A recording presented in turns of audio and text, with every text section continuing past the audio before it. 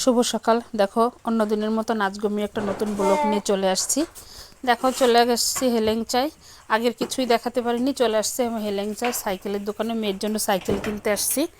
তো ভেবেছিলাম বনগাঁতে যাব, বনগাঁতে যাইনি, তো বাবার বাড়িতেই গেছি। মা একটু শরীর ভালো না, ভাই ডাকছিল, তো চলে আসলাম বাবার বাড়িতে তো সাইকেল কেনার জন্য। তা দেখো সাইকেল কিনতে এসে ওখানে একটা কাকার সঙ্গে দেখা হলো। কাকার দুটো জমক ছেলে মেয়ে আছে, দেখো ওরাও ঘুরঘুর করছে, ওরাও সাইকেল কিনেছে, ওই পাশের সাইকেলটা ওরাও কিনেছে।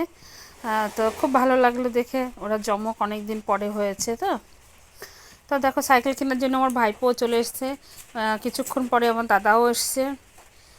কাছাকাছি, আমার বাবার বাড়ির কাছাকাছি। ওই দেখো আমার দাদা ওই যে পাশের থেকে কথা বলছে, আর আমরা এখানে সবাই দাঁড়িয়ে আছি সাইকেল কেনার জন্য। সাইকেল কিনে নিয়ে দেখো এই যে আমার সাইকেল কেনা হয়ে গেছে। তাই দেখো চলে আসছি বাড়িতে, এসে দেখো রান্না টান্না করে খাওয়া দাওয়া করে শুয়ে পড়েছি। এত কষ্ট হয়ে গেছে, অন্য কিছু দেখাতে পারিনি। তো দেখো সকালে ঘুম থেকে উঠেই রান্না শুরু করেছি, কারণ ওইদিকে দেখো সব ভাঙাচোরা করছে আমাদের ঘরের পেছনের, ওইটা ভাঙতে হবে, কারণ বালি টালি পাথর রাখবে, আমার দাদাও ঘর করবে, তার জন্য দেখো সব ভাঙাচোরা হবে বলে সব কিছু বের করে নিয়েছি। আর এদিকে দেখো পেছনের এই যে মাঝখানের যে খোপটা ছিল সেটার দেখো সব খুলে ফেলেছে আমার বর আর আমার দাদা মিলে। আমিও একটু করেছি, তার ভিতরে রান্নাও করতে হচ্ছে, মা তো অসুস্থ, তার জন্য ওটাও করতে হচ্ছে। তাই দেখো ওই দিক দিয়ে সব চাল ফল সব খুলে বেড়া খুলে ফেলে দিয়েছে, মাঝখানটা ফাঁকা করেছে। এবার ওই যে পেছনের বেড়াটা রয়েছে ওটা নিয়ে আসবে আগে। আর এদিকে দেখো ছোটোটা কী করছে, খেলা করছে। আমার ভাইপোর কী খেলা আছে জানি না, কাগজ টাগজ নিয়ে সেই সব খেলা করছে। একটা না একটা দুষ্টুমি তো করতেই হবে। তাই দেখো দেখো খেলা করছে, সব কাজটা সেরে টেরে বিকাল হয়ে গেছে।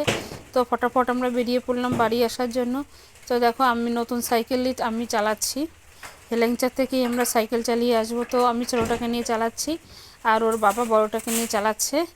আর এখনও ঠিক হয়েছে কি যে আমার বড় মেয়ে একটু চালাবে, আমি একটু চালাবো। কেন বলো তো, অনেকটা লং তো রাস্তাটা, রাস্তাটা অনেক লং, তো সেই জন্য দুজনে একটু হাফ হাফ করে চালাবো।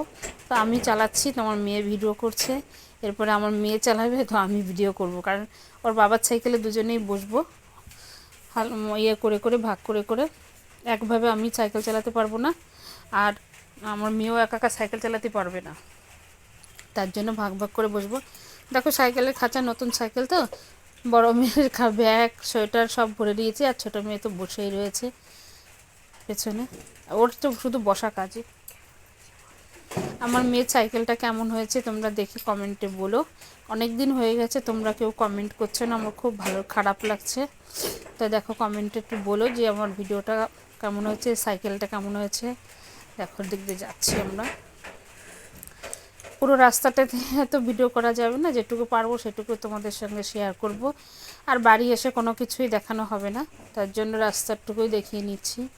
আর পেছনে, কারণ মেয়েটা আবার রাস্তা থেকে একটা কুড়কুড়ি কিনেছে, বসে বসে কুরকুরি খাচ্ছে। এবার আমি তো আর জানিনি যে বড় মেয়েকে কুরকুরি দিয়েছে। যখন আমি আর আমার বর সোজাসুজি হই তখন ওরা দুজনে কুরকুরি খেয়েছে। এবার আমি পরে জিজ্ঞাসা করছি মেয়েকে, দিদিকে কুরকুরি দিয়েছিস? বলে হ্যাঁ দিয়েছি। তা দেখো গ্রামের রাস্তায় ঢুকে গেছে, দেখো ভাটির ফুল টুল সব দেখা যাচ্ছে। এই ভাটির ফুলের পুজোর সময়টা এসে গেল। এবার দেখো আমার বড় মেয়ে সাইকেল চালাবে, আমার অনেকটা কষ্ট হয়ে গেছে। এবার দেখো পাল্টাপাল্টি করে আমি বসে গেলাম আমার বরের সাইকেলে, আর আমি বসে রয়েছি, আর এদিক দিয়ে আমার মেয়ে চালাচ্ছে। এরকম করে একটু কষ্ট করে করে যেতে হবে, কারণ দূর তো অনেক, হেলেংচাটা অনেক দূর। তা দেখো আমরা চারজনে মিলে হেলেংচার থেকে সাইকেল চালিয়ে চলে আসছি, ভালোই মজা হলো। আর বাবার বাড়িতে একটু কাজ করার জন্যই গেছিলাম, তো সেটা সেরে চলে আসলাম। আজকে আমার